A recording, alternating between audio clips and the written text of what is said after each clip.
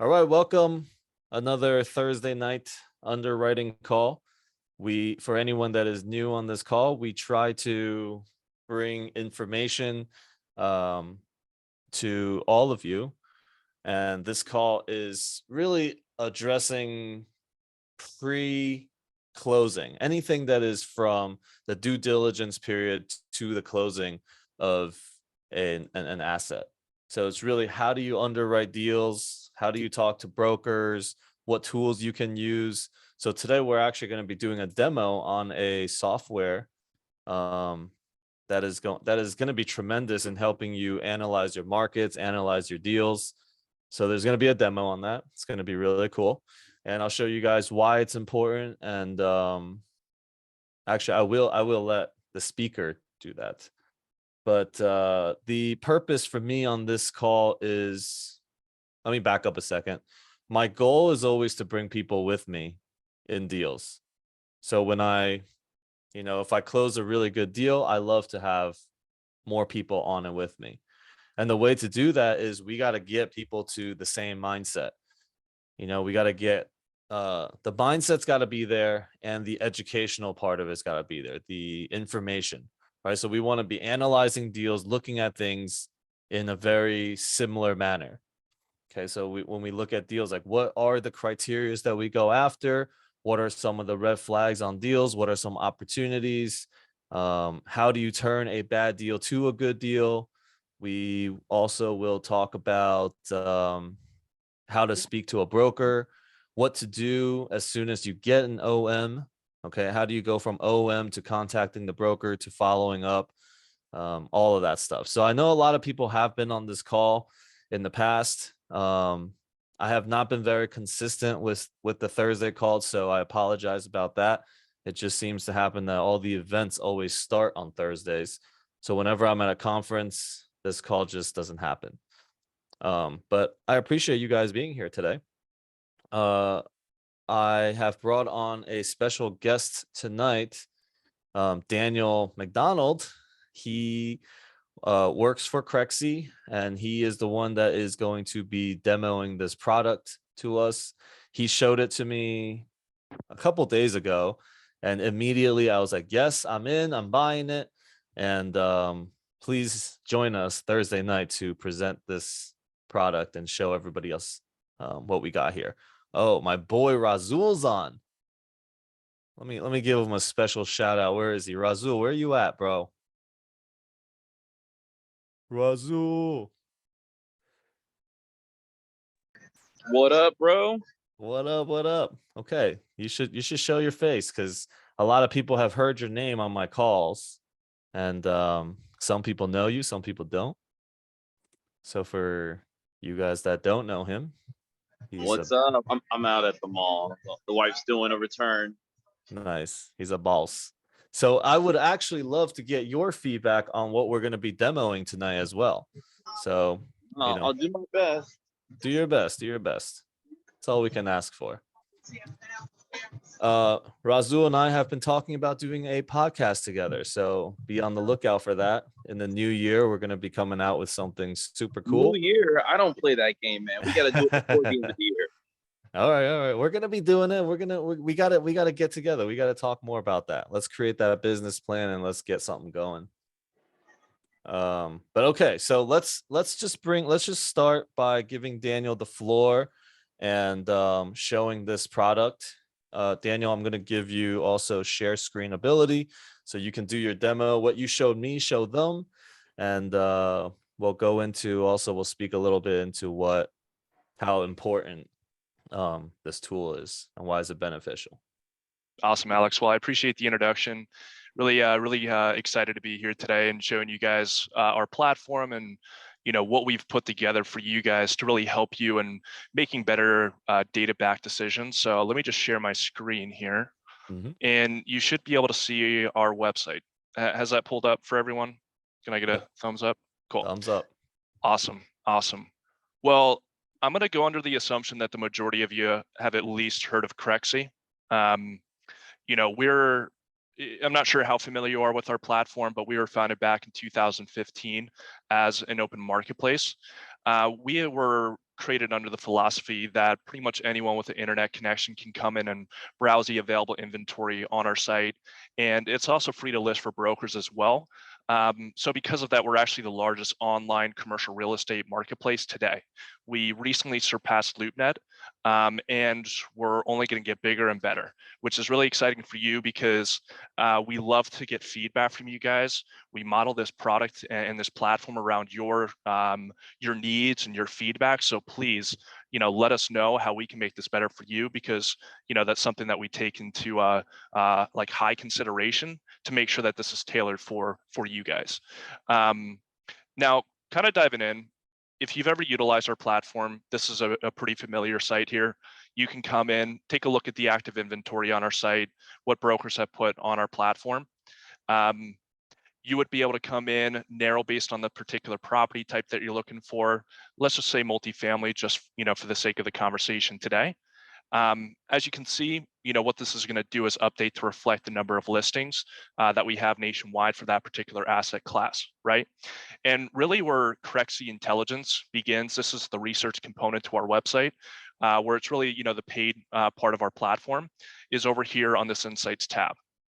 So essentially, everyone, what we're doing here is we're taking the listings that are showing up in this map view, aggregating the information for you and providing you with performance metrics on these properties and these markets, so you can really get a quick gauge on what's going on in the particular markets that you're looking in.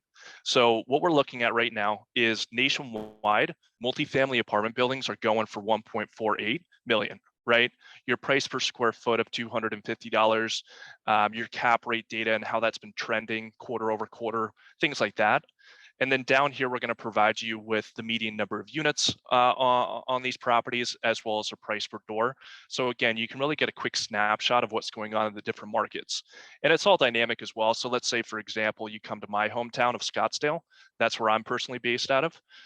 What you'll see is that the numbers over here are going to update to reflect how you have this map boundaried. And you can even get a little bit more specific as well. So let's say, for example, you're analyzing a deal over in Paradise Valley, and you want to say, hey, I want to pull a 3-mile report of this particular market. This is all going to be dynamic to show that. Now, it looks like in this particular situation, there aren't any multifamily properties within that designated region. But here, just, for example, let's go to retail really quickly. Looks like there's one, so it's obviously going to show you kind of a skewed result on that. But as you can see, it's all going to update to reflect that information and provide you with the data that's going on in this particular boundary. Down here, we're also going to provide you with demographic data, so you can evaluate whether it's a growing market or not. We're going to provide you with the income level of the area, the age. We're going to provide you with employment categories, as well as a housing occupancy ratio. So essentially, for every 5 houses that are occupied, 1 is vacant, and it'll give you a renter to homeowner ratio, so you can see if it's a dominated homeowners market or a renters market, things like that. Any questions on that for me, as I kind of showed you? I know it's pretty quick, but it's relatively straightforward. Can you stick mostly to just multifamily things, like when you do the demos? Yeah, absolutely. Yeah. We'll just I have a tab. quick question about the data and the calculates the average. Is it I guess it's taking all the properties individually and just throwing them all together. Okay, never mind, answer my question. Yeah, correct. Yeah, depending on like what area of the map you're looking in, it's just going to aggregate the data within that and provide you with performance metrics on the listings in this particular area that you're looking at. And you can filter specifically by like a certain year range? Year built, or what do you mean by that? Like let's say I want to look for properties built 1975, 1985 only. Yeah, you come into our all filters and we'll provide you with listing timeline, as well as it'll provide you with like the year that these properties were built. So it'll all be available in these filters up here. Gotcha. Mm-hmm. Hey, real quick, I had a question. So when you did the aggregate data, overview data, was that just based on the properties in the repository for Crexy on the site, or was that like overall pulling for all sources? It's just based off the inventory on our site. Gotcha. Okay, thanks. Mm-hmm. Yeah, great question. Now, in addition, I see. Go I ahead. see there is a annual membership. Like, is it? Do we have a free membership or something for a year or something? Trial membership?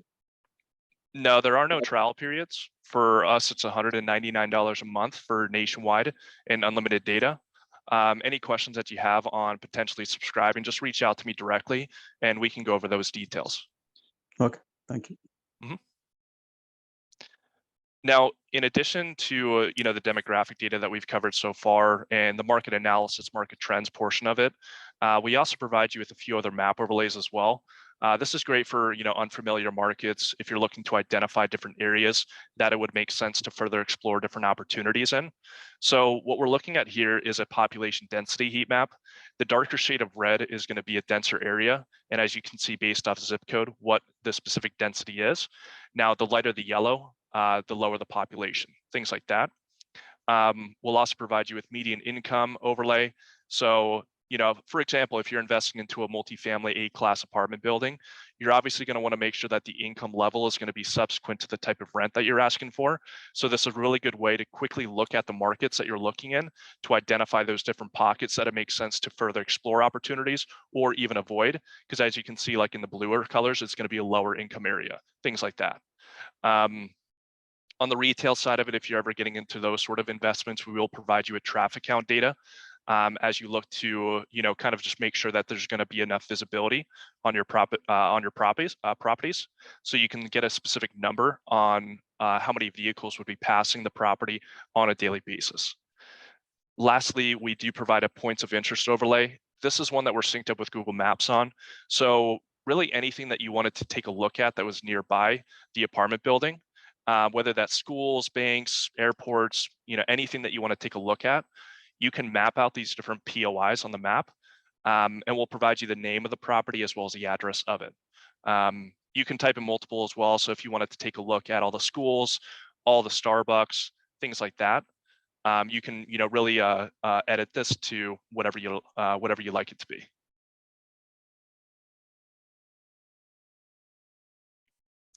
So that's it from the map overlays and the demographic data, really the market analysis side of the platform. In addition to this, what we also have is a database of sales comps.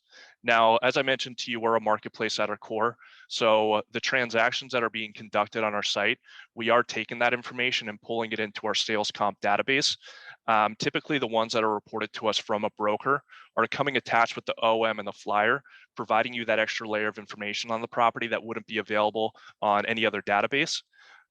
Now, we are humble enough to admit that not every transaction is being conducted on our site just yet.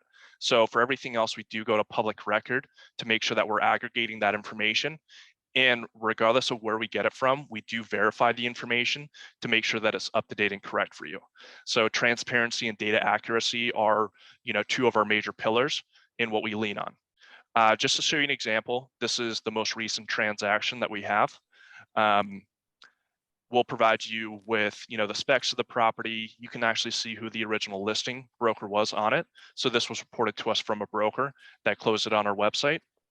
The asking versus the closing details of it, a marketing description of the property, as well as a property history. Now, this one was just sold today. So typically under the document that we're going to tell you whether it was like a special warranty deed, the deed, warranty deed, anything like that. For this one, we just haven't had a chance to verify that information. But if I go to one that was a little bit older, I can give you a good example of that. So just looking at this one over here. This was a multi-parcel deal. I had a question. Yes, ma'am. Sorry for interrupting. My name is Jennifer. No problem. Somebody asked the question earlier. As far as the data import, you had said you aggregate the information based on the properties on your site. So you may have answered this, but I didn't catch it. Do you pull in all the county property appraisal and tax collector information from the public information of every state and county of the areas your software works in? We can be more. Yes, that is correct, Jennifer. We do pull in the county information and what they're saying about it, and you can access that information on the tax history over here. to let you know Okay. what the county is saying about the property. But from like that data aggregation and the insights portion of it, that was just based on the active inventory and just providing you with a quick snapshot of the performance on those properties in those areas that you're looking at. Okay, so that performance is only based on the ones that are listed with you directly. Correct. Okay, clear. Thank you. Of course.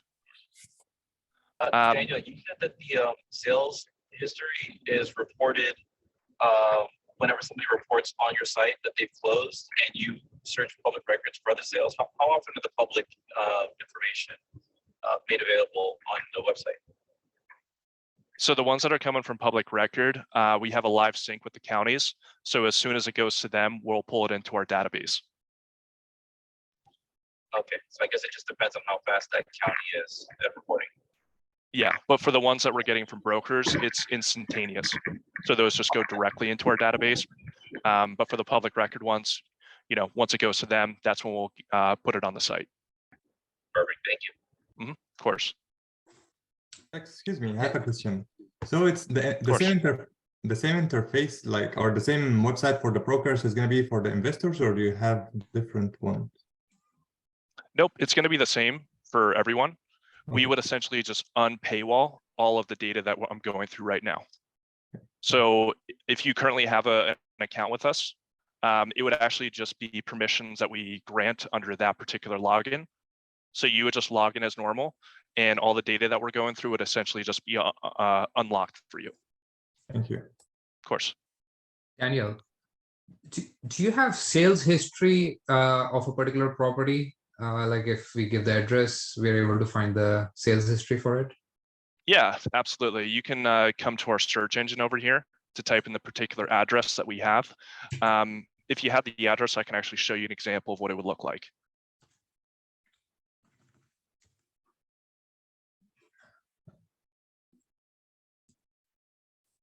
I don't have an address handy, but you can pull anyone.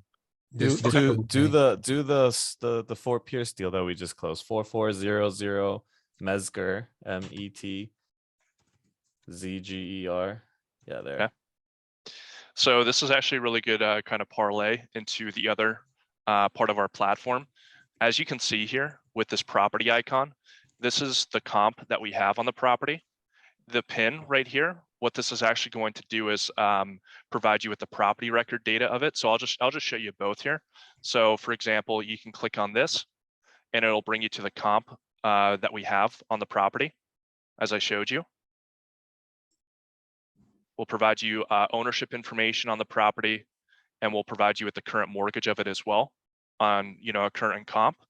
But as well, let's say, for example, because, you know, I'm not going to tell you that we have every single comp. You know, there might be a gap, but if we don't have a comp, you can still get additional information on the property because we've mapped out every parcel in the country.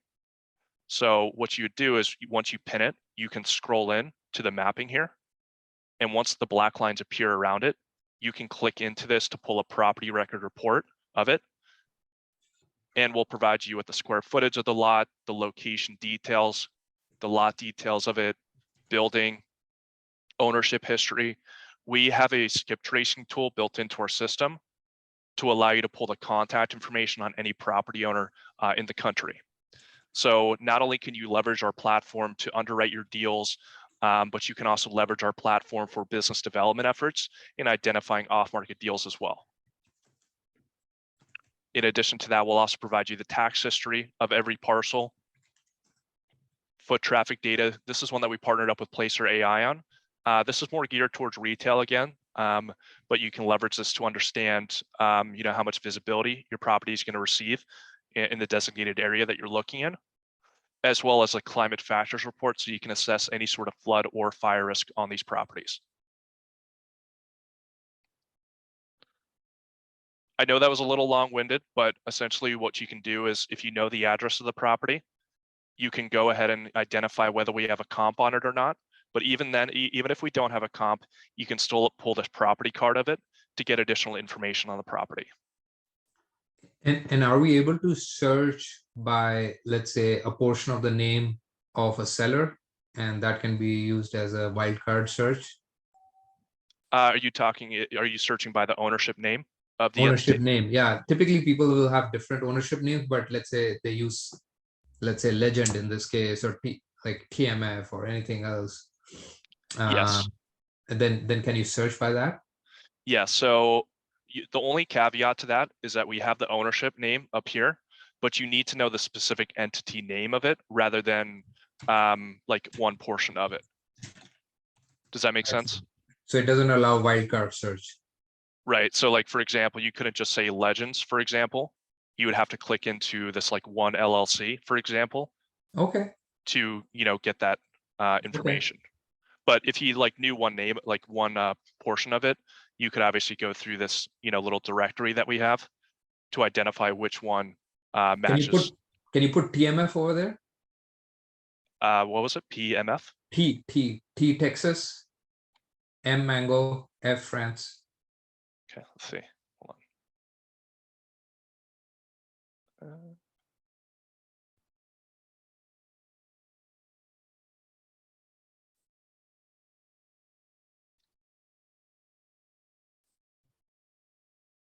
So it's showing only a subset, like it's not showing, let's say if there are 20 assets, so it's showing this, let's say five assets.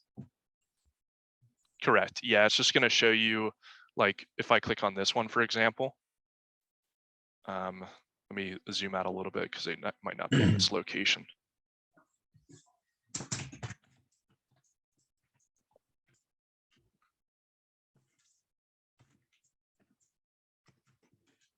What you can see is every property that that entity would own. I just selected the TMF 2004, for example, and it'll provide you like nationwide what that looks like.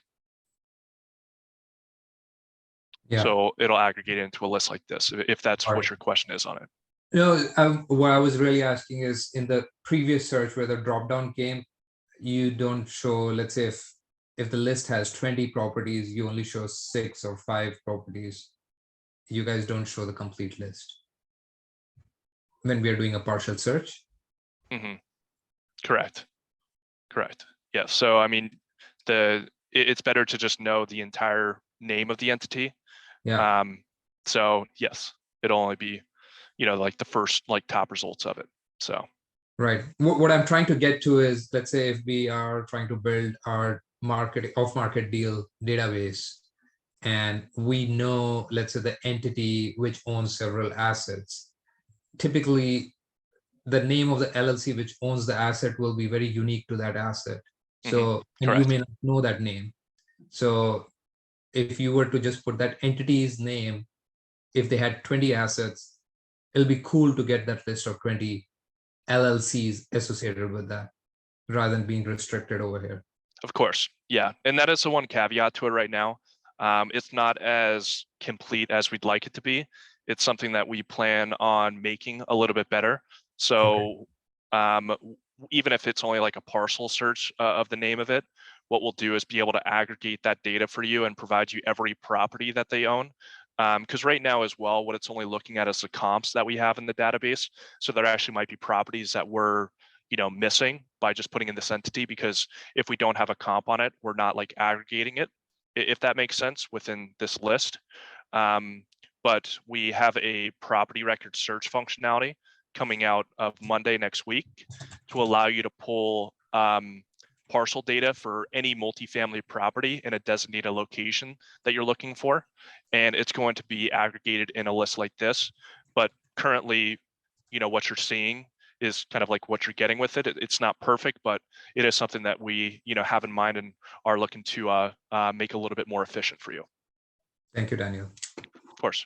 So Daniel, I think you guys have the information already, but it's the issue with the scroll down because it was alphabetic. So it starts with like and then the numbers and then A, and I believe you still have it, but maybe if you're gonna edit, like the guy who's working with the program and like the software, he can just add the scroll down so that you guys can I think it has it. Like if you write it again, what he was searching for, you will notice it start with and then the numbers and then A, and I believe like if you notice it will be B and C and D. So you have it, but you just like it's something. Sure.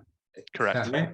Mhm. Yeah, because I just put B in and Burnett LLC showed up. And as you see here, it wasn't on the initial list. So you are correct that we probably have it, and a Agreed, scroll yeah. down feature should be there. So Yes. that's definitely great feedback that I'll bring back to my team. Right. Because it seems like a pretty self-explanatory additive to make it a little bit more effective. Absolutely. Yeah. So.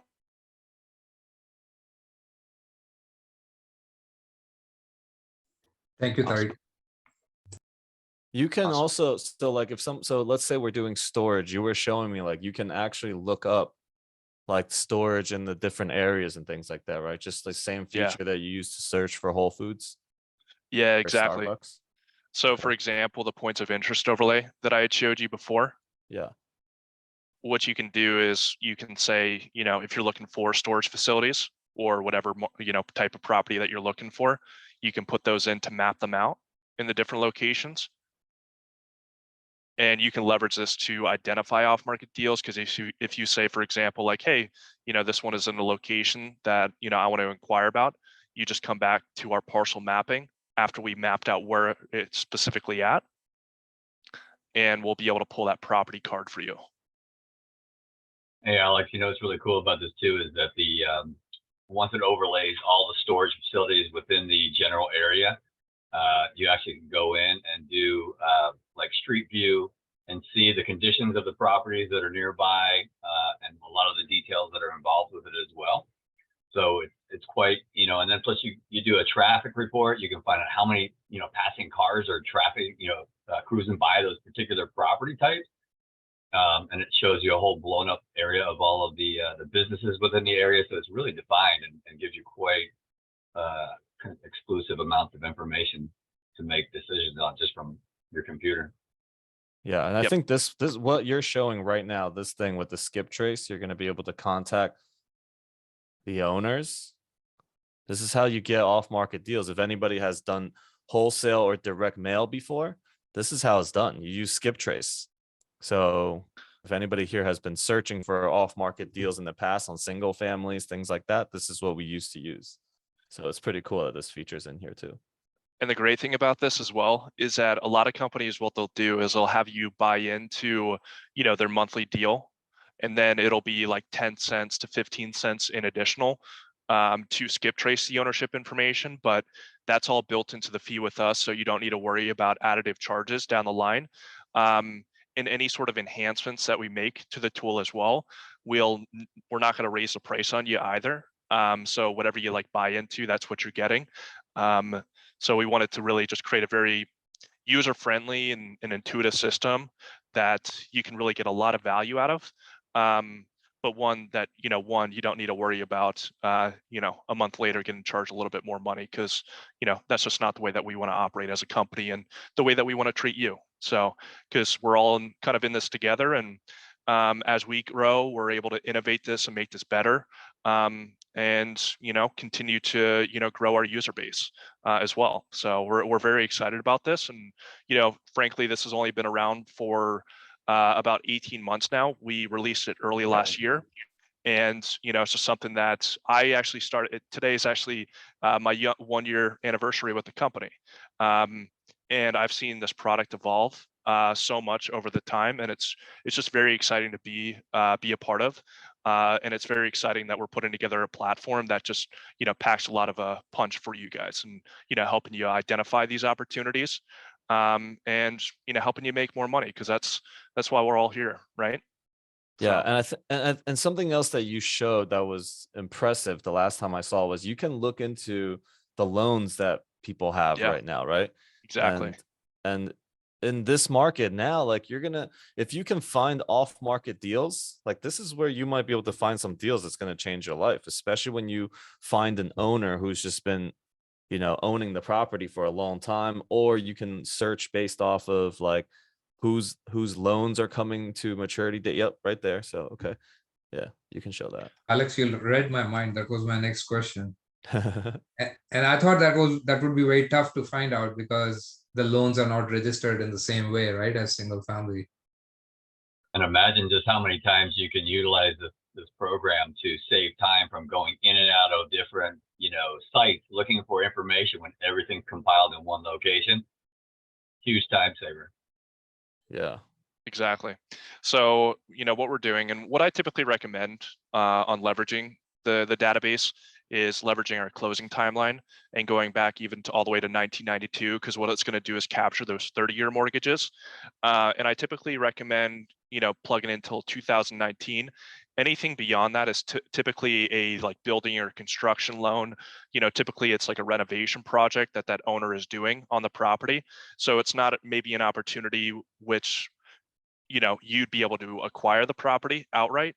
So this is what I typically recommend. You can put in, maturity date over, the next year or 2 years, whatever you're looking for. And what this is going to do, as you can see, between all asset classes, there are about 40,000 properties nationwide with maturing loans. You could come in and say, hey, I want to pull up every multifamily property in this nationwide that has a maturing loan. There's about 8,000. And the great thing, instead of just clicking into the individual comps to get the information, we have unlimited downloads within the software. So you can just go in and really scrape the data, put it into an Excel file. And what you can do is right on the bottom of this Excel file, you see Crexi financing history. All the data, all the raw data that you saw on the comp is going to be uploaded into this Excel file. So you can even say like, hey, I want to pull up and sort based on, the upcoming maturing loans to see like, okay, these are all the ones that are, happening in December. And if you're going through and saying, okay, this is one that I want to get more information on, these are all hyperlinked to bring you back to our website, where you can pull up the card of the property, take a look at the details of it, take a look at, the document that we, on the most recent sale, the tax history, ownership information, again, where you can pull the contact information and the current mortgage of it as well. So just a really nice way to be a little bit more strategic with the types of opportunities that you're considering. Because with rising interest rates, I'm not here to beat around the bush. It's definitely tough for everyone out there right now. Someone might not be in a position to refi the property if that's what their initial plans were. So you could go in and really solve a big problem for them and acquire the property outright. So just another way to leverage our system to identify those off-market deals. Yeah, this is huge. So some of you guys, I know I've been telling you guys, look in properties that are in your backyard as well. And you're like, and people have been saying, hey, we don't really see much that's available, but this is the way that you can go and be proactive and actually seek out the off-market deals. You can find people that may be in trouble. You do this research long enough and you can filter those guys out and reach out to them and try and get this under, get a contract on with it. And even those deals, if you search like deals that are maybe under $7 million, $8 million, you may find the seller that is just open to seller financing as well, some sort of creative financing. The last thing that I will add, and then my presentation for the most part is, pretty much done. So we can head up to any last questions that you guys have on the platform, is that this GIS mapping is available on our mobile app. So as you're driving by a property, you can actually call the property owner directly from your phone as you're driving by the property. So a really nice way as well to do some real-time prospecting. If you go, you pass a property and you're like, wow, that looks like a value add type of opportunity. I wonder what, the owner is thinking about and maybe the prospect of, them selling it. So again, you can pull up these property cards from your phone directly and call the property owner as you're driving by. So. W's got a question. Go ahead, bro. Oh man, thank you so much. I didn't realize you were taking questions already. So this is fantastic. I mean, I never knew this about Crexi, so I'm glad that you're presenting this. So a couple of things. I mean, I came in late, so I'm just catching the tail end of this. Is this something that you have a tutorial on the website, or another way if somebody wants to subscribe? And you said that this is on the mobile app. So I mean, I guess. Wow. I mean, I'm totally blown away. I didn't realize this is. I mean, how close to CoStar are you guys right now? Yeah, I mean, the one biggest thing between us and CoStar, we did develop it to compete with them. The one big thing that they offer that we don't currently are lease comps. So that's one thing that we don't have a uniform way of providing you. However, within the OMs in our sales comp database, some of that information may be available. But again, we don't have a uniform way of providing that data. And the other big thing that a lot of people like to look at from them is vacancy rates and that sort of data, which we are not the best at this point. But other than that, I would say for the most part, it's very comparable. You know, for the $199 fee, that'll provide you with nationwide coverage. So we're not going to limit you to a particular region. It's unlimited access, so you don't need to worry about additive fees for going over your limit, anything like that. And if you do have any questions about subscribing, you know, just reach out to me directly, and you know, we'll be able to, you know, help you out with that, you know, process. Why don't you put your contact information in the chat for everybody? And I do want to disclose to everyone that for anybody that does sign up for this, I get a free month. So hook it up. Thank you. That's fine. You earned it. Well, one last question. I'm sorry. Does this provide rental information at all? Just curious. As of right now, we don't have a uniform way of providing rental and like lease comp data, but what we do have available that you could leverage to get a current idea of what the current market is. The insights tab that I showed you is available on this side of it. So even though it's not going to be historical lease comp and like what a current property is for like retail, for example, you can see what the current asking rate is on an annual or monthly basis. Okay. I mean, it's general, but yeah. Do you guys collect like data by screen scraping through different websites? The majority of our data is going to be from different partnerships, specifically like in regards to what piece of data you had a question about.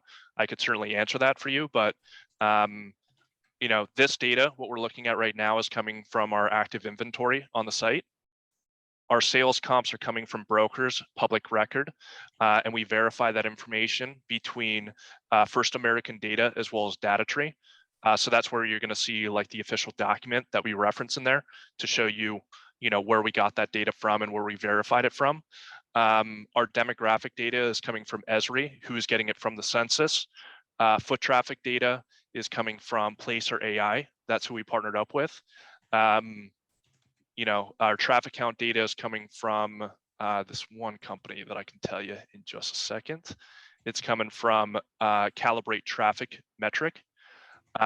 So a variety of different companies. We have various different partnerships to work with like the leading providers to provide you the best data that we can.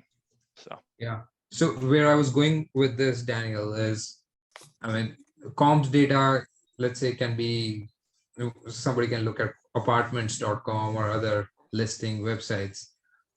Those could be screen scraped or some kind of partnership developed to get that data. Is this something that you guys would look into getting into the future, or it's not on the roadmap right now? For lease comp data and rental comps?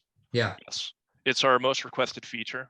You know, something where I have hounded our product team to, you know, get on, as well as everyone else in my position, because everyone wants that data, and it's something that is definitely in the roadmap. I don't have an estimation on a time period on when we will have that data. Since historically speaking, it's a very hard data point to get accurate. There's a lot of misinformation out there because brokers are not as privy with that data as they were, for example, as with like a sales comp. So we're just spending a little bit more time to make sure that we identify the right way to aggregate it and provide you with correct data, so that you don't get frustrated with us for, you know, the issues with data accuracy, if that makes sense. So if we wanted to, let's say, search properties, are we able to, let's say, properties which are up for sale, would we be able to search by rent per unit? No, that would not be available. So that's also not available? No. Because you would have that information in the OM, right? Yeah. So, and what you need to do is, if you were looking to get access to the OM, you just need to fill out a form. And this one, it actually didn't have a OM, but I'll show you. You essentially need to fill out this form to Oh wait, this is not the OM. Yeah, that's Or the maybe only. it- maybe- They maybe don't it ask is. you. Yeah, some of them don't ask you to fill out forms. Okay. They're open. Some of them will ask you to fill out a form that's sent over to the broker because typically they need to provide you with permissions to get into it. It looks like in this situation, as Mark said, this one doesn't have it. But as you can see with this one, you can take a look at the information that they provided. But the information in the OM is not something that would be available to be searched through the filters. It's just something that you need to click into property by property. Daniel, is there tutorials that support in learning the program as a head start? Yeah, absolutely. We have a learning center. So what you can come in and do is if you come over here, contact and support, intelligence. And this will provide you with some of the base, tutorials on how to familiarize yourself with the platform. But if you do have any questions on anything, you can obviously reach out to me directly, and I'm happy to jump on a call with you, jump on a demo if need be, to walk you through the platform and make sure that you guys feel comfortable with what you'd be getting into. Thanks, Daniel. Of course. This is Jennifer again. I have another question. This is primarily geared toward commercial only? Correct. Okay, does that mean with multifamily 4 units or more? 2 units and more. 2 units, okay, so I have a particular listing coming up. I'm a licensed realtor, but I might try to gear this off market. So the sale coming up, I would have to look into the legalities of, my licensure and that. But I guess my question is this is also gearing toward off market, right? You're not synced up with the MLS? In terms of like active inventory, is that what your question is? Yeah. These are not like off-market deals per se. We're not synced up with every MLS nationwide right now. It's something that we're working towards. So the majority of the listings on our platform are put there from brokers directly, because it is free to list on our platform. So as long as you have a license, you can list on our platform. We do have a team as well that's dedicated to reaching out to brokers to get the inventory on our website. But for the most part, again, everything is put there by brokers directly. And again, we're working with more MLSs to have that live sync. But in terms of the active inventory, these are active listings that are likely inputted into the MLS already. It's just they've taken that extra step to put it on our platform. So our listing side of it is what I would consider to be comparable to LoopNet, if you're familiar with that platform. I am. Yes. I guess my where I'm going with it is I wanted to I have interest in the property, but not on paper. So if I wanted to try to sell it off market and not go through the MLS, and like I said, I would have to go through my broker to ensure that I'm like within the legal. Is this something that where I could list it off market without going through the MLS, basically to cut out the realtor fees? Absolutely. I mean, if you wanted to, not every deal on our platform is through the MLS directly. So as long as you have the documentation that proves that you're an agent, you can put the property on our platform, even if it's not registered with the MLS. Okay, thank you. Mm-hmm. Actually, building on that same question, if it's listed by the owner, is there a way to identify what's listed by the broker versus by owners? Well, we don't do for sale by owner. So everything on our platform is listed by a broker or an agent.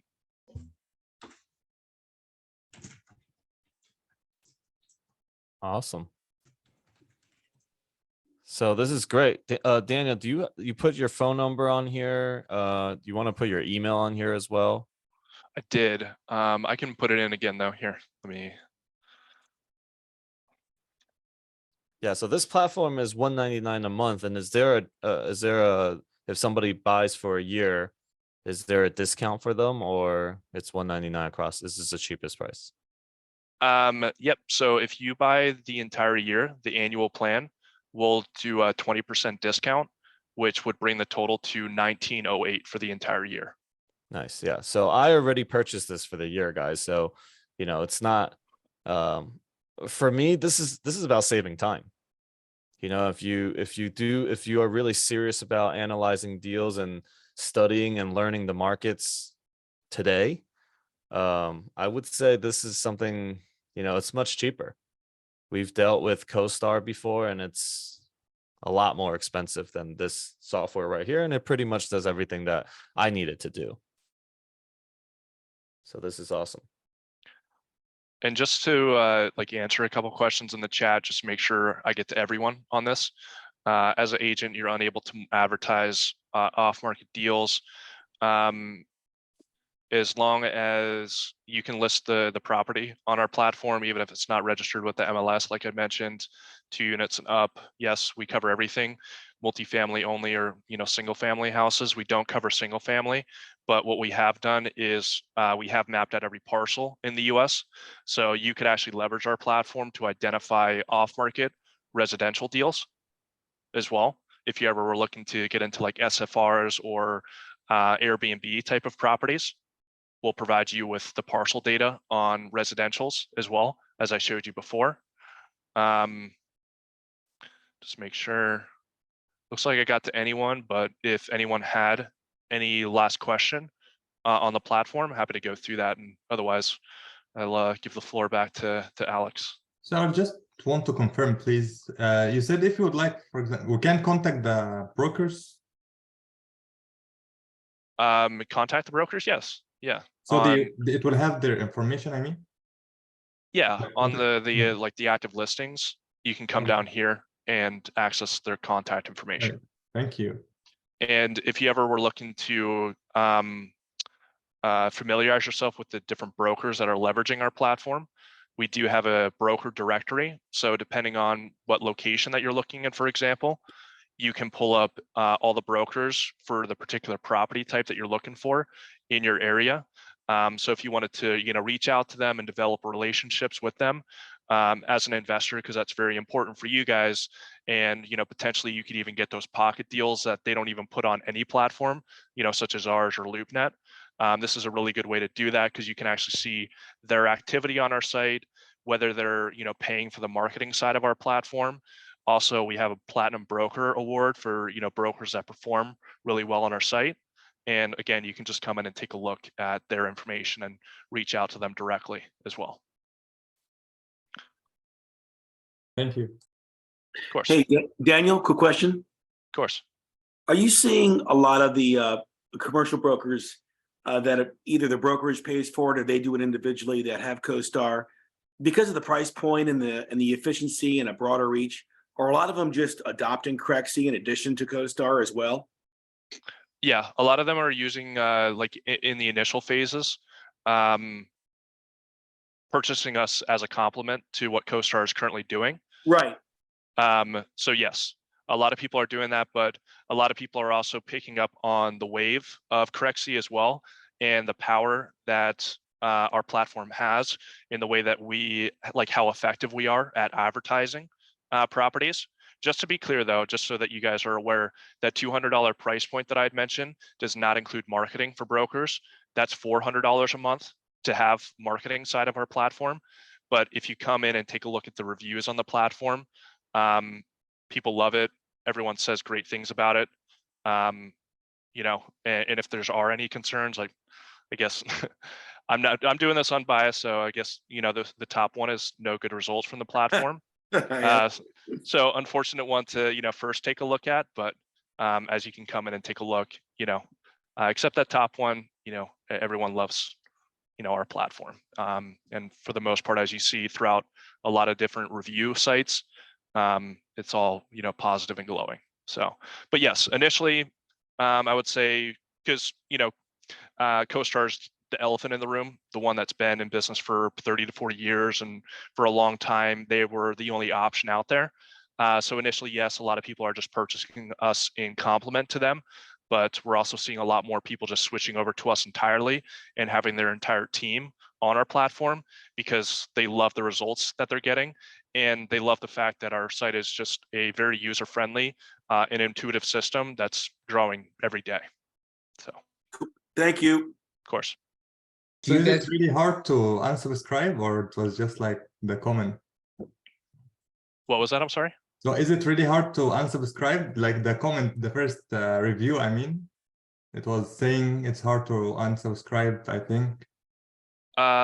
Yeah, I can pull it You up know again. what? There's one in every crowd. It's probably talking about the email subscriptions, you know. Oh yeah. Yeah, I people mean, to- you can't yeah. satisfy everyone, and I'm not going to tell you that we're a perfect company by any means, but yeah, I mean, it looks like no good results from this platform, also deceiving contracts and make it difficult to cancel. So it might just be something where maybe, you know, we weren't clear on it, or, you know, there was misunderstanding, but no matter what, you know, we always go to bat for you guys and make sure that we take care of you. So, I mean, as you can see, if we weren't doing that, we wouldn't have the level of star rating. But, you know, of course, you know, I'm not going to tell you that we're a perfect company, because that would just be a lie. So, Oh, thank you. of course. A question, if I may, on the Crixie website. I've been looking at properties and I clicked on the OM and it pulled up the document, but it wouldn't let me sign it. Is that typical? Am I supposed to go print it off and email it? I thought I could just click on it, fill it out and enter, and away it goes. No, in those situations, just let our, you know, support team know. There just might have been a technical issue on that, but typically you are able to fill it out and submit it directly from the website. Just let us know if there are any issues like that, so we can troubleshoot that and figure out what's going on. So yeah, just let us know in those situations. Hey, Daniel, Donna wanted to find out if she could pay for a trial month and cancel anytime by monthly. We do have a monthly option. It's $250 a month, where there's no contractual agreement involved in it. So you're absolutely allowed to do that. You know, otherwise, you know, it's something where we would, you know, work on an annual plan with it. And that's where I can provide you with more of that discounted rate, so that you can save money on the platform over time.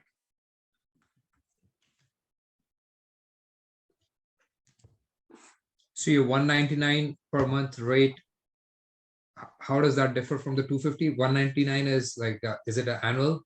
It's on the annual deal, correct? Do you guys have any plans to expand to Canada? Yeah, eventually we'd like to get there, but we have a lot to do in the US, so that's our primary focus. I don't have a timeline on when we will go to Canada or even international, but certainly down the line, that's something that we'd like to, you know, get into. Absolutely. So you also offered everybody on here, like if they purchase for the year with you from here, they get another 20% discount, right? Correct. Yes. Okay, great. All right. I wanted to make sure you guys all get that as well. All right. Any other questions for Daniel?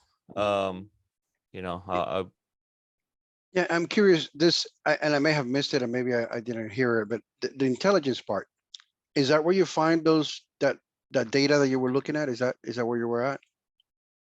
No, this is just more of like the infomercial side of it, where you can learn about like the kind of like a short pitch of the product. I see. Okay.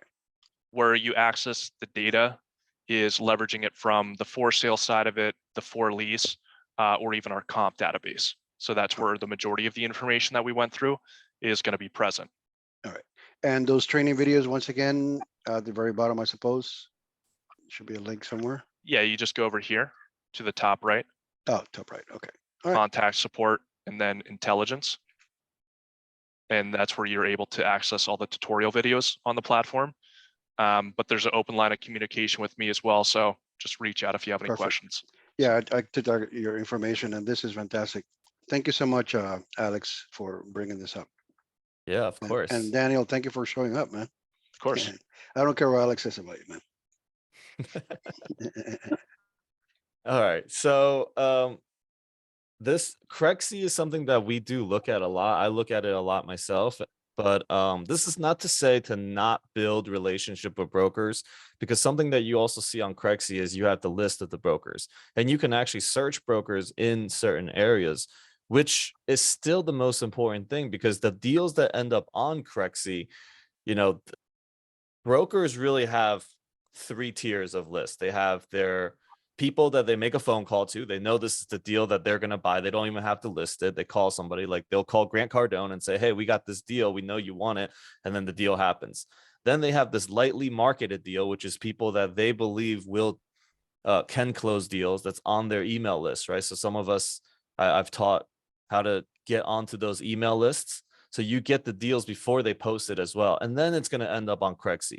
So not to say that Crexy deals are bad, but I personally see this tool right here as an awesome tool for us to analyze markets, analyze deals, and to look for those off-market deals.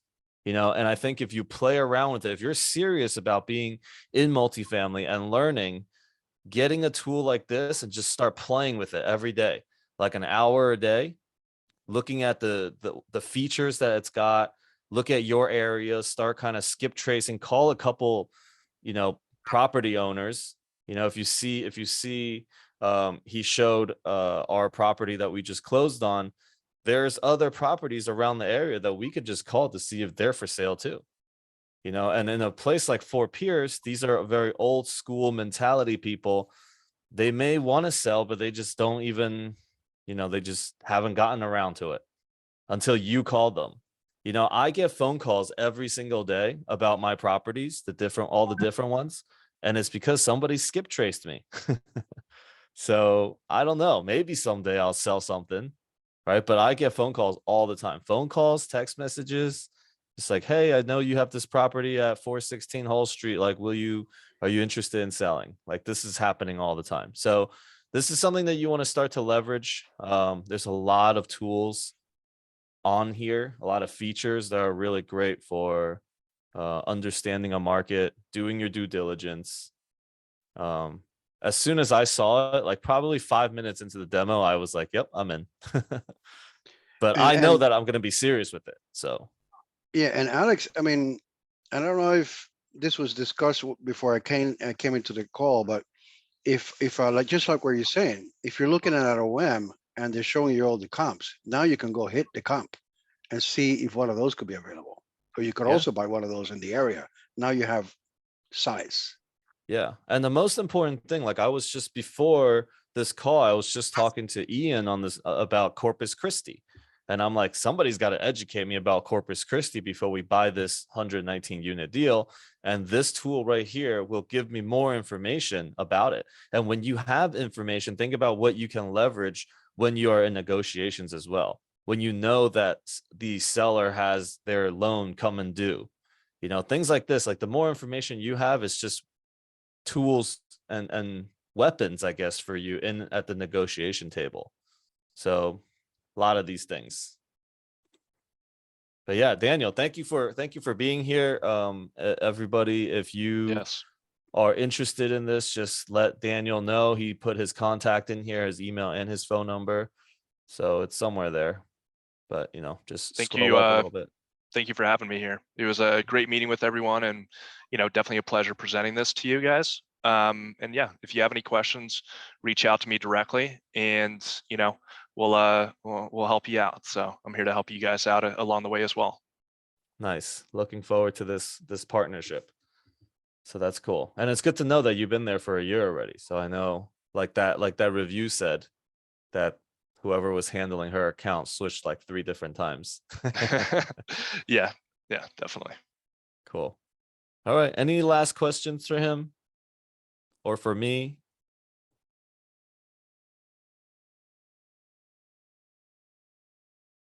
Okay. Yeah. So just a couple other things that I want to share before we get off this call. Next week, what day is it? It's Thursday. Next week, I'll be flying to Florida. I'm going to see if I'll still have this going. But I do want to share with you guys how to do quick napkin underwriting, and I'll send it out in an email. Actually, I've sent this to my mentorship group, but I also want to share with everybody like how do you go through the steps of just quickly napkin underwriting a deal? Because if you use this tool, it's all about saving time. Instead of researching through a bunch of different databases, you can research it all right here. You want to be able to napkin underwrite those things real quick so you can move on or determine how to make a deal a good deal, right? So let's see. I'm not gonna, yeah, actually, you know what? I'll draw it out right here for you guys on the iPad, and then we'll conclude this call. Yeah, Daniel, you can stay or hang or whatever you want to do, but I really appreciate you being here today. All right, let me just open up my notepad. Hey, while we have quietness, I actually have a bunch of syndicates, well, investors down in West Palm Beach. So I'm throwing this out to the group. If you have any properties that you see in West Palm Beach that underwrite very well, I have a private equity firm that's looking for a multifamily in West Palm Beach. A group of investors, you know, a group of investors is looking for a property, and then an individual investor who's kind of leading the charge on that. So any West Palm Beach properties, send it my way, and we can hopefully, you know, cut a deal. Awesome. I like that. So we got a lot of West Palm Beach people, a lot of people in Florida. Use this tool, find some deals in West Palm. Yeah. Does everybody see my black screen? Yeah. Okay. So I'm not going to go into the details of it, but I do want to just go over the steps that I shared with my mentorship group. Pen, hello.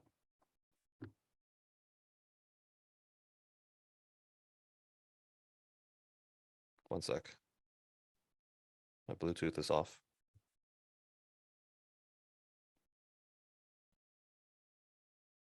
What the? Come on.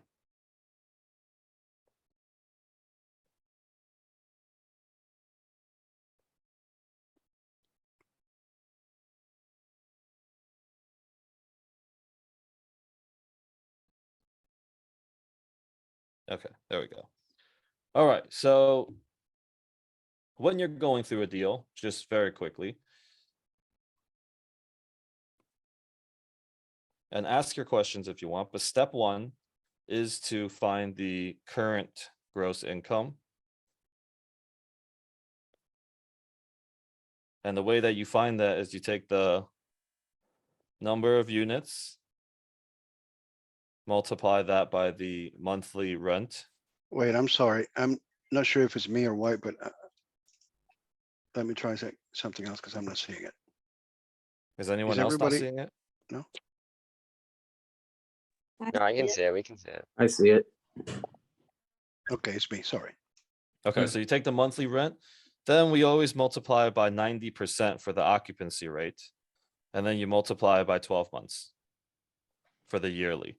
This is going to give you your gross income for the property. And then step two is to get the NOI.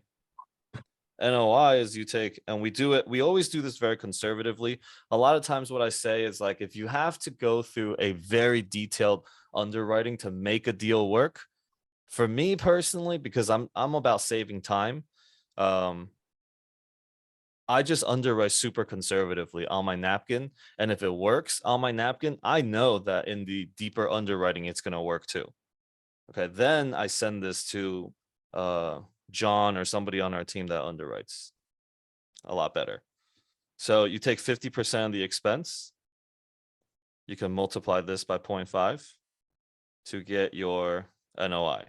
All right, so your gross divided by 2. Basically, this is a quick way to get your NOI. Step 3 is to get your debt cost. Okay, how much is the debt on this property? So you take your loan amount.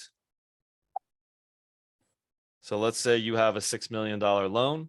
You multiply it by your interest rate. Also adding 1.5% to this for the principal. This is how you This is how you also underwrite conservatively, because a lot of times people would just go straight for the interest rate, but you add 1.5 to it, which is going to make it cost more, right? That's going to be the cost of your debt. Step 4 is to find your free cash flow. Your free cash flow is literally is very simple, is your NOI from step 2, subtract your debt from step 3. That's going to give you a free cash flow. And then step 5 is the cash on cash percentage, okay, which is your free cash flow from step 4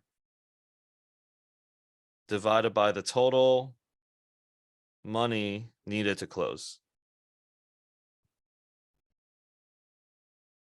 And this is, it's got the down payment, your closing costs, your acquisition fees, whatever reserves that you're going to have, your CapEx work, those are all part of this cash needed to close. So your free cash flow is you take, or your cash on cash is you take your free cash flow divided by that number. And then step 6 is to get your pro forma.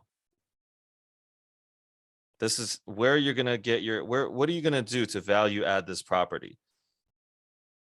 And then how fast can you get your investors' money out?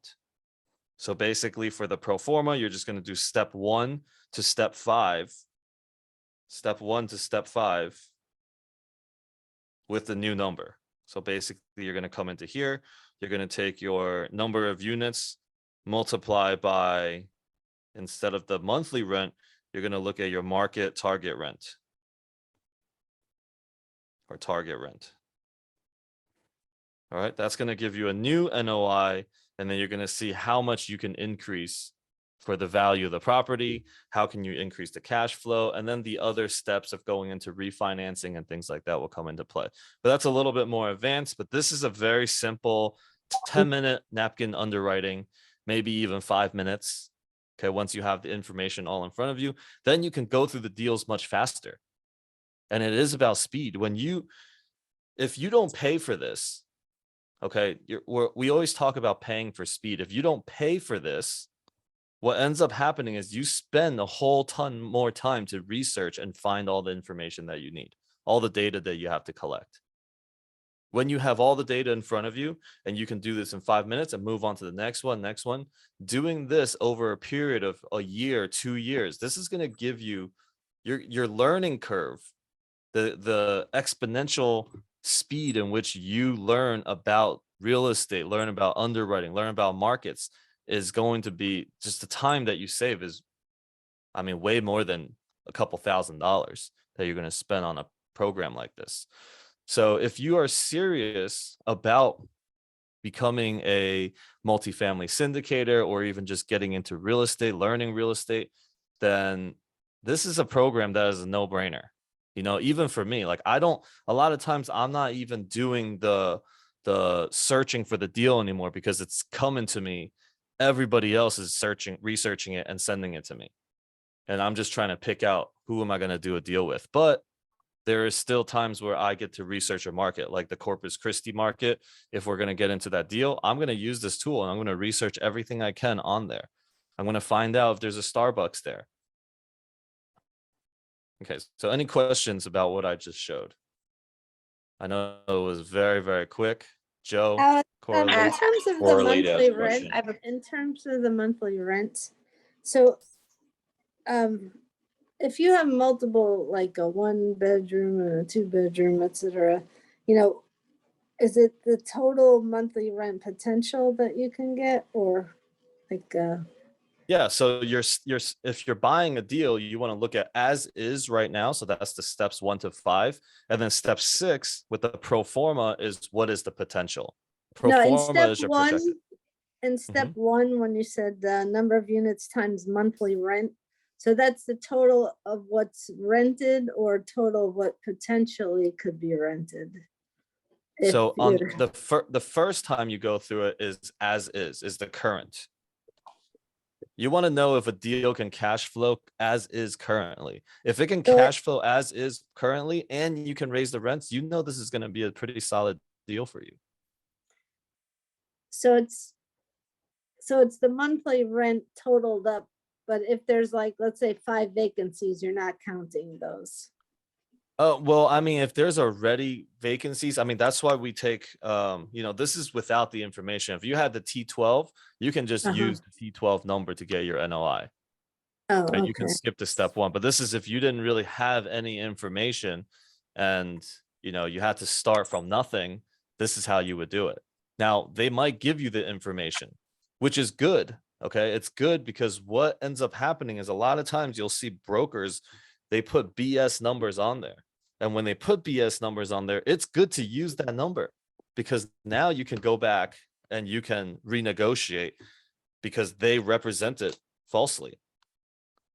And then you can catch them and then renegotiate, right? You can say, I love the price. I love if these were the numbers, I'll buy at this price. And you go in and find out that it's not the case. And then you can come back and say, well, you said this is a 5 or 6 cap or 8 cap, but according to this, your NOI does not match up. The expenses does not match up. So this is what I can offer, right? But you're using their numbers and what they're sharing with you really against them. Got you. Thank you. Yeah. And then Verizon isn't far off, by the way. I was just on the phone with them negotiating. Yeah, exactly. Go ahead, Joe or Corley. It's me. Okay, so for me, this is all new acronyms. I don't know most of the time what you're saying. Is there a way for you or somehow to come up with an index so I can understand all these acronyms, NOI, cash on cash, and what the definition is? Because I'm not clear. It's great that you asked that question because on my you. Instagram, in the link in my Instagram that Nick will Okay. probably put on there right now in the chat, Okay. I have a dictionary of these words. Oh, you're the Vocabulary. best. Thank you. Boom. Yes. And don't worry, if this is really new for you and it's going over your head, it's really like you hear this like a couple times, you're just gonna get it. Yeah. Okay. So like, even though it's really hard to understand, but as you just kind of stick around, listen to it, and you're in the program, so it's gonna be quick. Okay. And you'll see, you guys are gonna understand real estate and investing way more than anybody that you'll meet out there that's not doing a program, that's just kind of trying to figure it out on their own. You guys are getting super accelerated learning. And so, yeah, just trust that you're in the right place. Hey, Alex, I think what would be Wait, yeah, right. Put your hand up, Andrew, at the bottom. Go to the reactions because a lot of people are waiting. Go ahead, okay, Joe. I got you. Okay. Go ahead, Joe. Yeah, sorry. I think what would be super helpful for me would be for you to takes, and I think that's what part of the intention of the evening is to actually go through a deal step by step by step. And for me, I mean, break it down to elementary.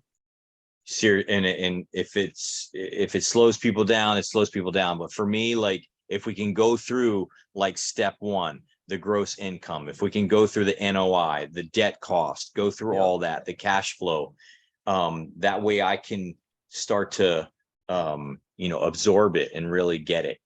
Yeah. So for you guys that are in the mentorship program, we are doing that this weekend. So I am taking a couple deals that you guys have sent us, and I will go through the deals just like that. And I know some of you guys have started doing your own calls to support each other in the underwriting process, which is great. Teach it.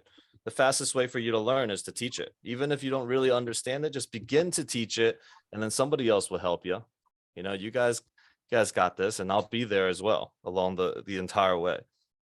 So yes, we will do that this weekend. This call, we couldn't get to it because that's going to take like an hour and a half, something like that. And I wanted this tool to be available for everybody first, because this is really an advantage.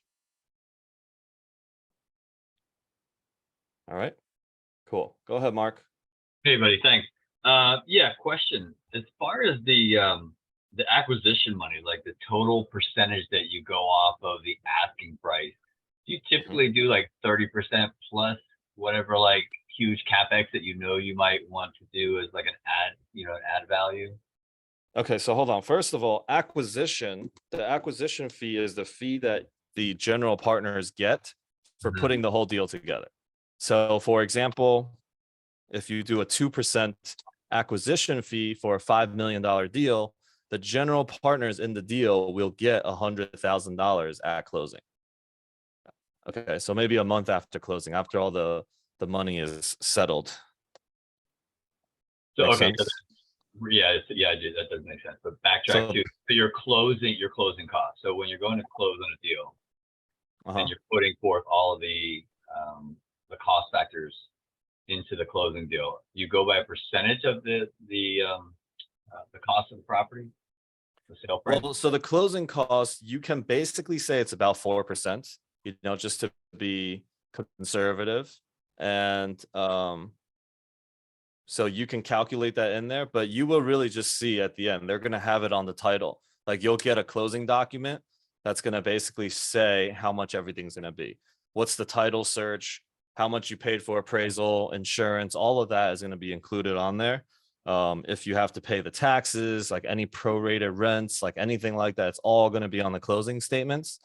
So it'll tell you how much you need to close, right? So for example, the deal that we just closed in Fort Pierce, it was $1.5 million that we really needed to put down, but on the closing docs, it was 1.86 million, something like that. 1.586, yeah. Gotcha. Thank you. Yep. Okay, W. Sorry, thank you, Alex. So I was curious in this. I mean, the quick underwriting, of course, just gets you from point A to point B really quick and just turn the page. But before presenting it to somebody else, or do you just hand it over to somebody else? Do you recommend trying to do deeper analysis unless you're that person, or you recommend just passing it on to that analyst? Well, it depends. Like if you're gonna send me a deal, because we've been in contact with each other and we've talked about this, we have a relationship. I will say that if you're gonna send me a deal, you need to at least have napkin underwrote it. All right. So a napkin underwriting with a paragraph of why it's a good deal, what you love about it, plus the T12 and the OM, so I can kind of check it over, plus the rent rolls. Then it makes it easy for me. Then I don't have to go and look for the information and then plug it in and do my own napkin underwriting. Then I can give you feedback, and that's the best way for you to learn, is for you to actually send something to me of work that you've done, because there are a ton of people that just send me OMs and T12s. I'm like, I mean, I don't have the time to go through all of that. Yeah, doing what the realtor does, right? Just feeding you stuff. Yeah, like even the buyer brokers that I work with, I make them do that as well. Okay, if they want the 3% that they want to earn, you got to earn it by giving me the deal the way that I want to see it. Okay, because a lot of times buyer brokers are just like sending a whole bunch of stuff out to people and just tacking on 3% on there. And then make you sign a NDA. So be careful. The difference between buyer brokers and listing brokers, buyer brokers are the ones that you will find on Facebook pages. Okay, that's asking you, hey, I have these types of deals. Okay, well, basically what they did is they're on the email list of the listing brokers, and they're trying to wholesale that to you with a 3%. All right, so you want to be careful of that. Of course, you could develop a good relationship and, tell them, this is how I want you to send it to me. I'll be glad, I'll pay you the 3% if you get me the right deal, and if you have it underwritten really napkin for me already. Right. Yeah. Yeah, that makes perfect sense. Now, as far as the, and I'm sorry, I did have a follow-up question, which is the rents. To project the rents, I mean, especially in this market, right? It's tough to know exactly. Did this guy say that Crexie will let you or help project those rents? No, or is there so another method to projecting rent? That's what Crexie is not doing, but you can actually go into the OM. You can research that very easily. What's the average square foot, price per square foot in this market? You can do that research. And that's the only difference that he said it between this program and CoStar. CoStar is a little more robust because it has that incorporated in there. But I see that Crexi is they're going to be close behind with that. Yeah, I And agree. it's not that hard to just be like, what's the average market rent for a 1-bedroom, 1-bath in Corpus Christi? Mhm. Right. Yeah. Hey, Mike, the legend, if there's anything you want to chime in, please do. That's, I The legend's like appreciate it, hiding in Alex. the background over here. Can you hear me okay? Yeah.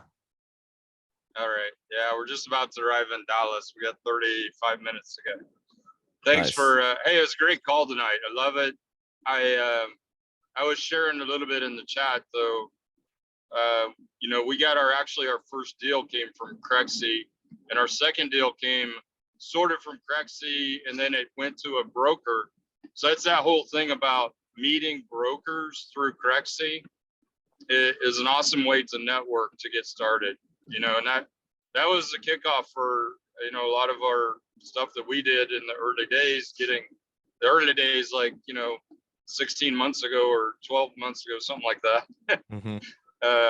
Of getting started. So it definitely, it's great. LoopNet is good for that as well, but they both are great tools to leverage. So one thing I think always is use as many tools as you can, like Alex, you were talking about, is what I've learned. Like, how can I do more with less time? How can I get more accomplished with less time?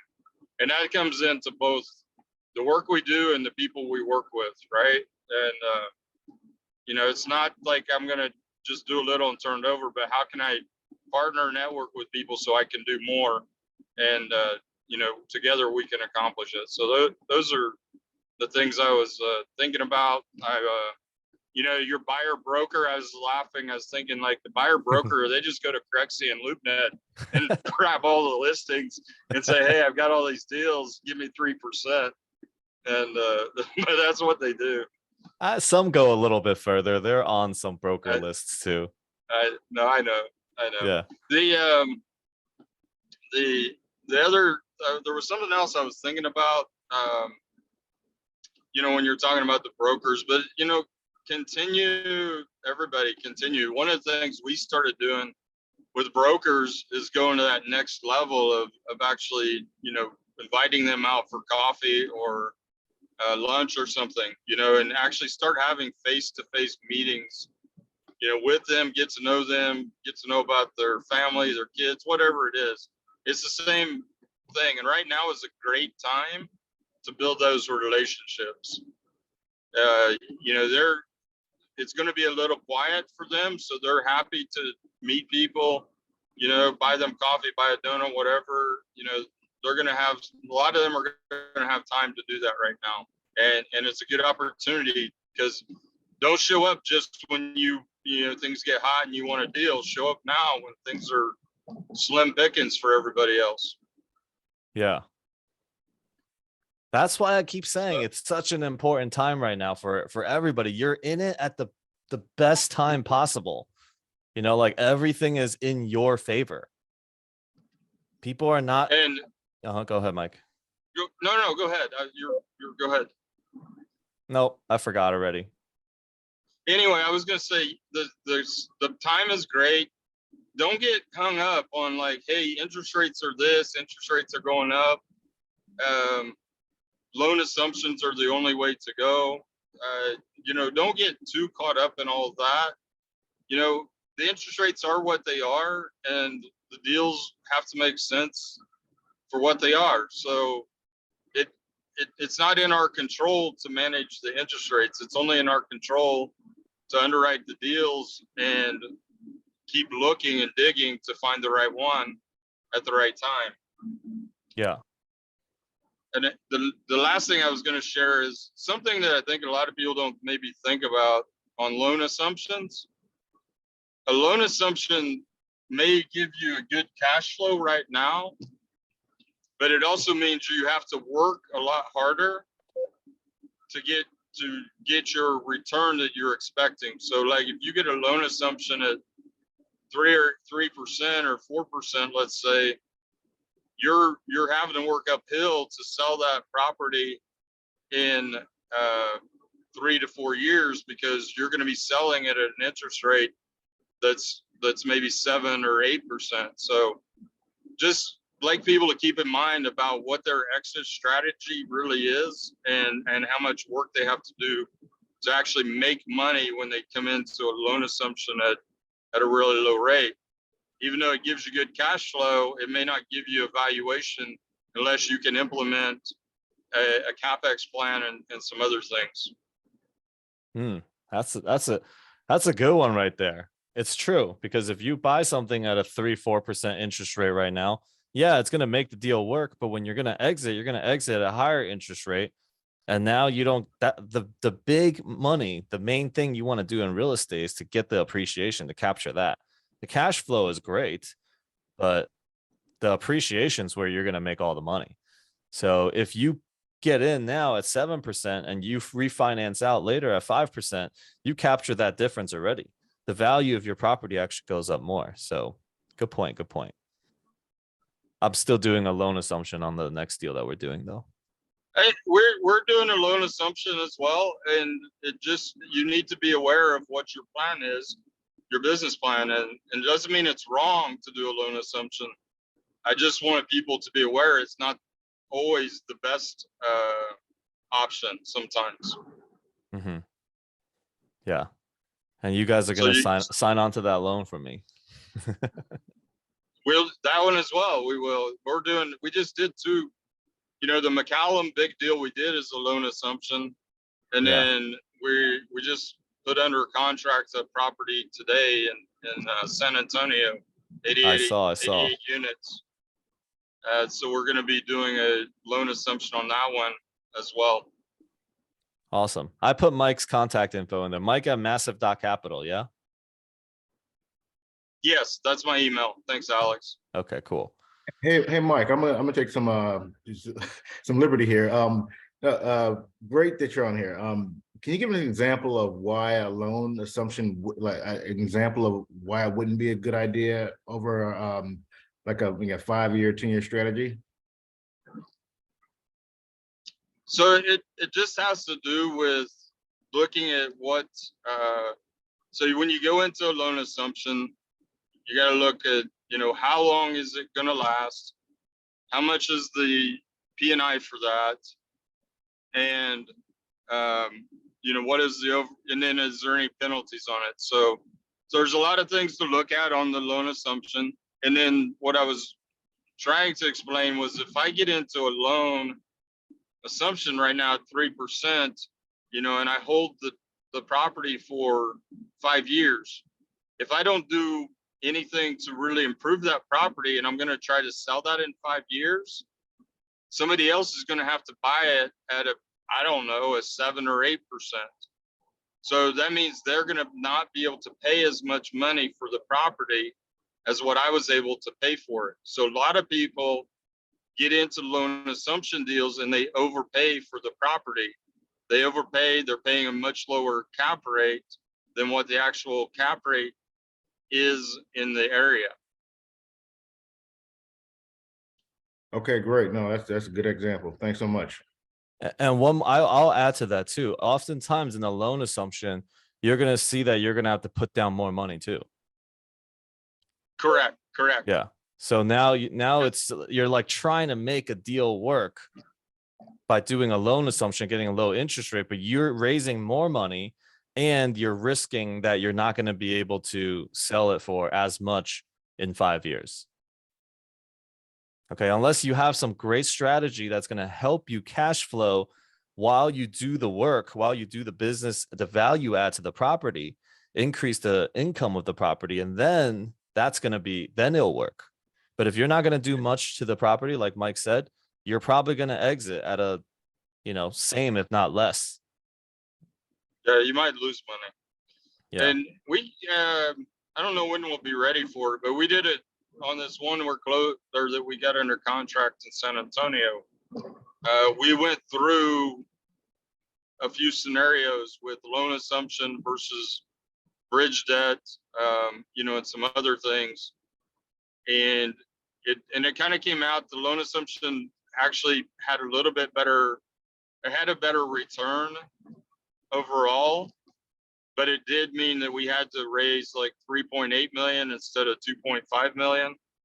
So there are trade-offs to a better return, and we could have done a little less work on the raise and have a little less return for our investors. So we, you know, it's a good case study we'll probably do down the line when we get, you know, in January or so. All right, cool. I will let everybody in this group and everyone that signed up here know when that happens as well. Yeah. Thanks. Thanks for your time, Alex. Thanks. So Mike is the legend, everybody. Mike is the one that really gave me, him and John, and they gave me the shot into multifamily and allowed me to propel, quantum leap in this game. I didn't even do any underwriting. I didn't learn how to do anything. I didn't learn to underwrite. I didn't learn to analyze deals, nothing like that. I was just fastest way, find somebody else's that's already doing it that I just gonna put full trust into. That's the fastest way to do it. But not everybody's comfortable with just jumping headfirst into the deep end, right? So these are now the tools that you get to learn while you get yourself comfortable. But that's what I did, and that's how I did it so fast. Yeah, so the name, so Legends Equity Group, Legends actually is after the legend here. So it's a dedication. Now you guys know. Okay, Mike, you still got any other questions, or we move on to Connie? Oh yeah, no, I'm gonna go to my original question. So Oh, okay. Yeah. So first question, so I wanted to know, like, you know, when we send deals to you, what format would you like it in? You said you wanted to do the napkin underwriting, but what's the preferable format, like in a spreadsheet or? No, I mean, you don't even need a spreadsheet. Like, I'm super simple. I actually don't even like looking at spreadsheets. Just send me your napkin underwriting plus like a paragraph of why you love the property. Send the T12 OM and the rent rolls. Okay, so I can quickly glance at those to make sure there's no inconsistencies here and there about, you know, and just tell me why you love the property. Like Ian sent me something for Corpus Christi. I'm like, I don't know anything about Corpus Christi, except for that I think I invested with somebody that has a deal in Corpus Christi.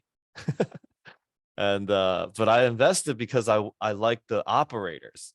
You know, I didn't really look as deep into the location. I just want to be on the radar with these operators. But that was also when I was very new in the game as well. So. Okay, so next question on that, on the example you did for the underwriting, the napkin underwriting, step one, you were saying monthly rents, but you're talking average monthly rents. And back to what I think Donna asked, you would include the vacancies, right, and the units, right? So even if the units are vacant, you would include those in the overall calculation, and then you would average out the rents to get the monthly rent for the property. Yeah, you want to be as accurate as you can on that, but if you don't have any of those informations, you basically just look at, you know, sometimes I'll just look at, all right, well, what's the market rent over here? You know, what's the potential of that? Then I look at their rents. And I'm like, oh, well, they're renting an average $500 a month. Average market rent here for this is $750. If we just paint it, make it look a little bit nicer, there's opportunities there. You know, those are what you call value adds. And when you do a value add, you basically want to have that paid back to you in like 3 years. If you can do that, great value add. If you can put $900, you could put $1,000 into a unit and get $250 a month extra. Like that's a great value add. Okay, so things like that you'll start to see as you start to just do more underwriting and sending it out that way. Just the napkin itself is enough to get you to a certain place, you know. And when we have an opportunity, we will get out the Michael blank sheet, you know. But I think because I keep seeing a lot of new faces on here, I don't tend to want to whip out the Michael blank sheet, because that's just people are gonna be like, what?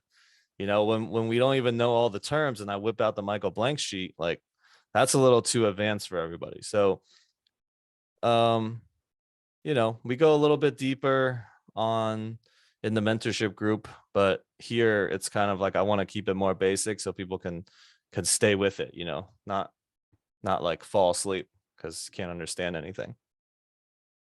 Oh, cool. The next question, maybe. Bro. Okay, go ahead. Last one, dude. Yeah, sorry. Come on, Alex. You know you're my guy. Come on. So maybe it's just the visual, but the debt cost, right? So you're calculating that you're gonna, adjust that against, subtract it from the NOI to get the actual free Cash flow. right? Yeah. But I'm just, I guess, struggling with the way you presented it. Loan amount times interest rate. What is that actually calculating in terms of are you paying that yearly? Is that monthly calculation of the debt?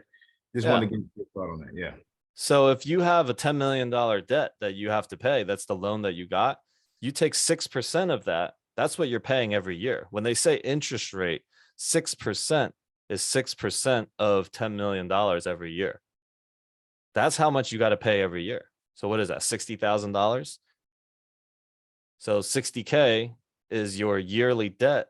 Oh, no, 10, what did I just say? 10 million? That's 10 million is 600 a year. 600, yeah. So now your debt is 600 a year, but you also want to add 1.5% to that for the principal, because that's interest only. You add the principal to it as another 1.5%. This is the quick math. That means your debt for the year can be up to $750,000. Now, does your NOI cover that $750,000? That's your cash flow. Right. Okay. No, that's perfect. All right. That was my last question. Thanks, Alex. Okay. Awesome. Go ahead, Connie. We'll take Connie and Donna, and then we're going to conclude this call. So it went longer, but thank you guys for hanging around. Appreciate it. Thanks for asking that question, Michael. So I want to reference what Cora and Joe were expressing, because I doubt they are the only ones that feel that way here. So what I've been doing, and especially this week, since last week, since I got so much support, I've been writing down, I wrote down all these steps, and I've been doing the example of the napkin underwriting.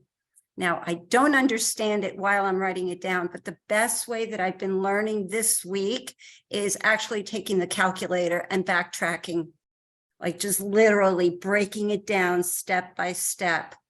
And then I have my aha moments.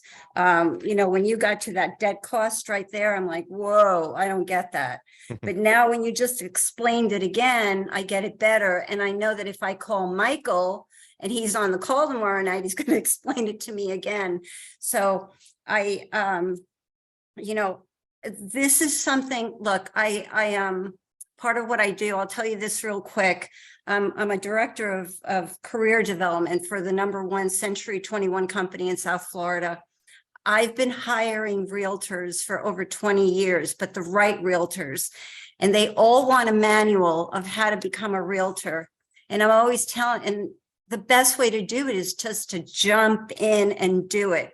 And there are terms, and there's contracts, and there's everything.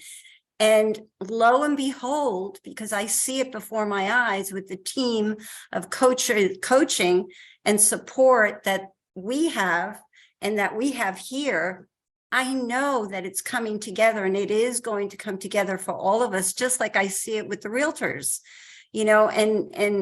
and this is about changing lives. And I can see, this is getting way crazy. I feel, I get these hot flashes and everything, and I'm way past hot flashes. So I don't know where they're coming from. But it's going to be okay. And I've got to give you credit, Coralie. Holy cow. Going to that property across the street from where you work today, it was awesome. And I'll tell you what, that inspired me, because I want to do that. When I grow up, I want to be just like you. So yeah. I'm going to give you something right now. Okay. Do this for me. $10 million property. 65% LTV. And I'm going to make it a little bit complicated for you. 65% LTV. How much is the debt? How much is the loan that you're getting? $10 million, 65% LTV. How much is the loan?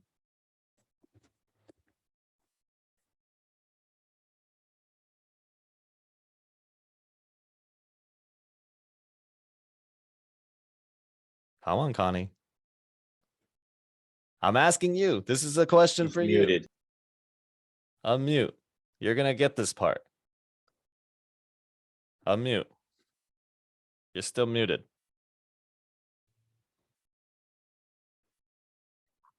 Okay. This is for all of you guys that are not understanding and letting this slip by right now. $10 million property, 65% LTV.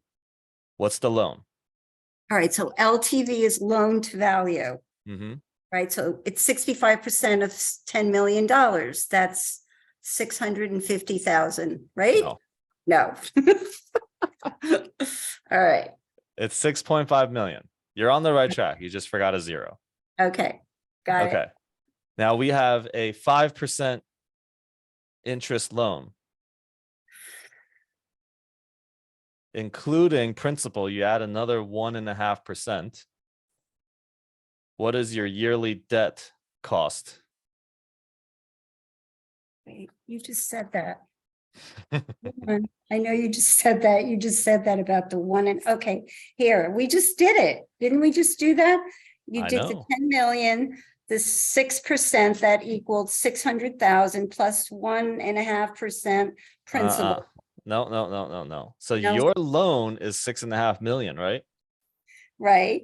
Okay. Now you're gonna take the interest rate is 5% of that 6.5 million.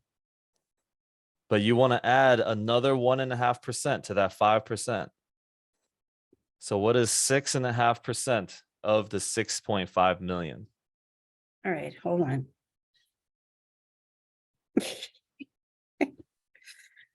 I can't even find my calculator. Okay, say it again.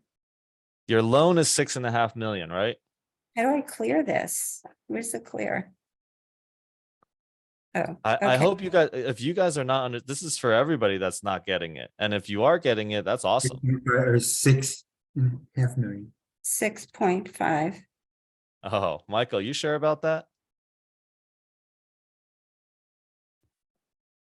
Is that it? Okay. Zero. Yeah, okay, 6.5 million, then what? So what is 5% plus 1.5%? So 6.5% of 6.5 million. Okay, times 6.5%. Right? No.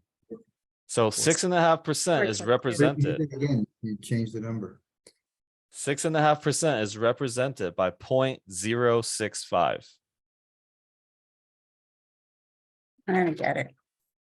All right, Okay. go ahead. 100% is represented as 1, right? Okay, So 6.5% is represented as 0.065. okay, Okay, so you take that number and multiply by 6.5 million, which is the debt that you got. How okay, much? so we're gonna multiply 0.065 times 6.5 million. 6.5 million.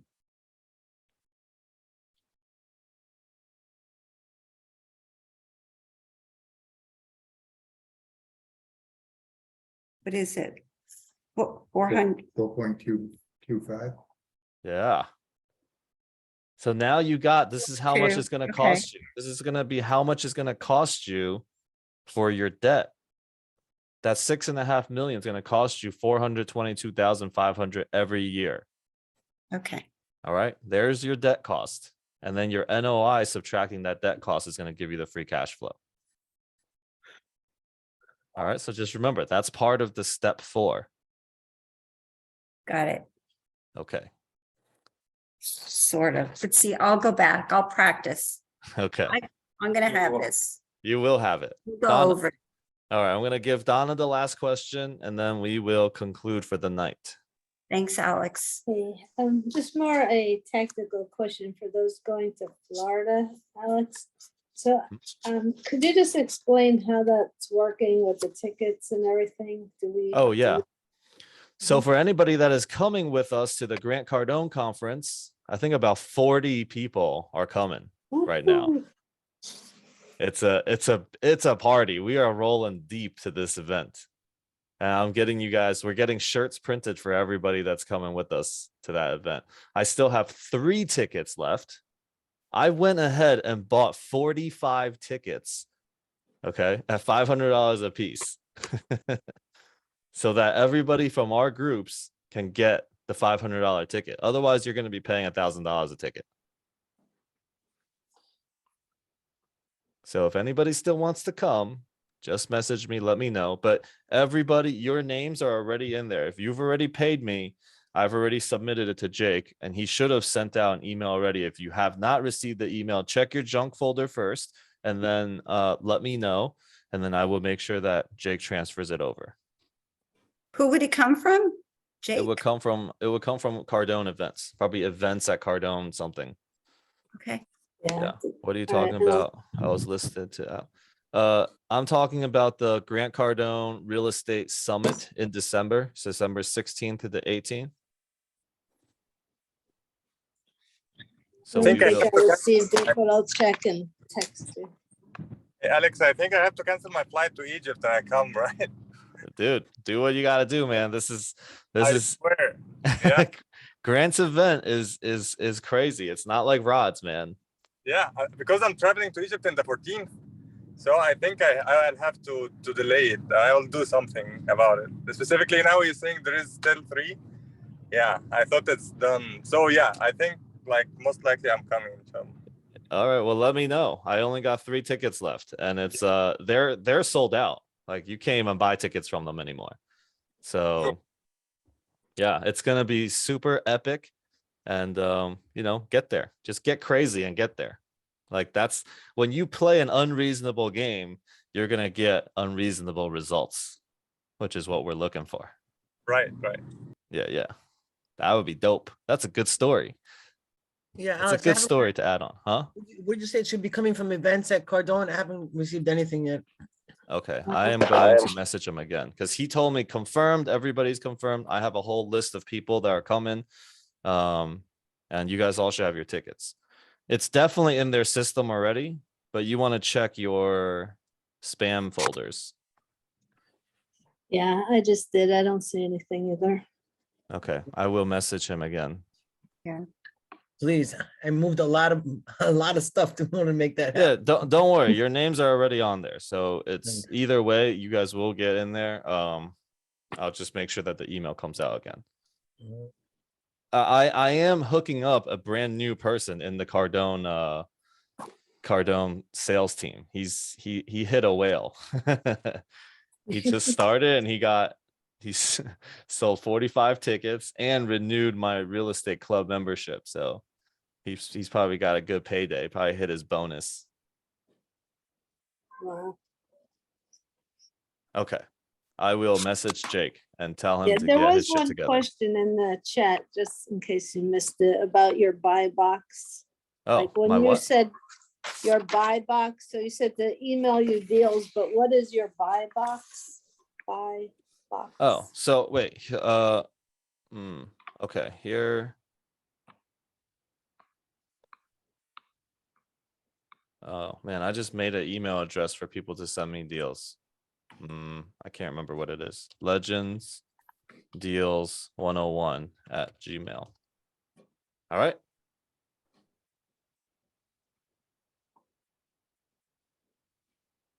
That's specifically for deals that you find. Okay.